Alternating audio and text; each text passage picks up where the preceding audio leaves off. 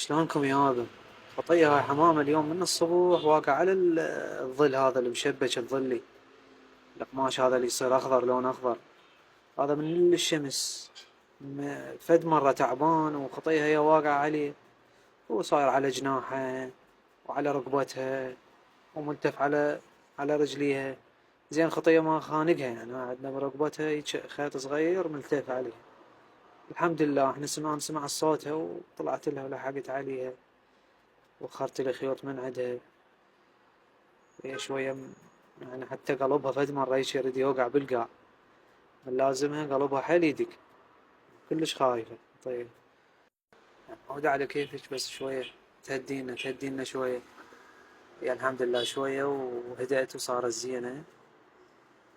قلت خطية خلي اشربها مية شوية، شربتها مي باردة من البراد.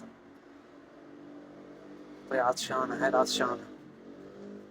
توهم خلوا لكم شي مي بالطارمة، خطية الجو حار وهاي الطيور ما تتحمل هذا الحر. ماما بعدها شربتها مي وطيرتها.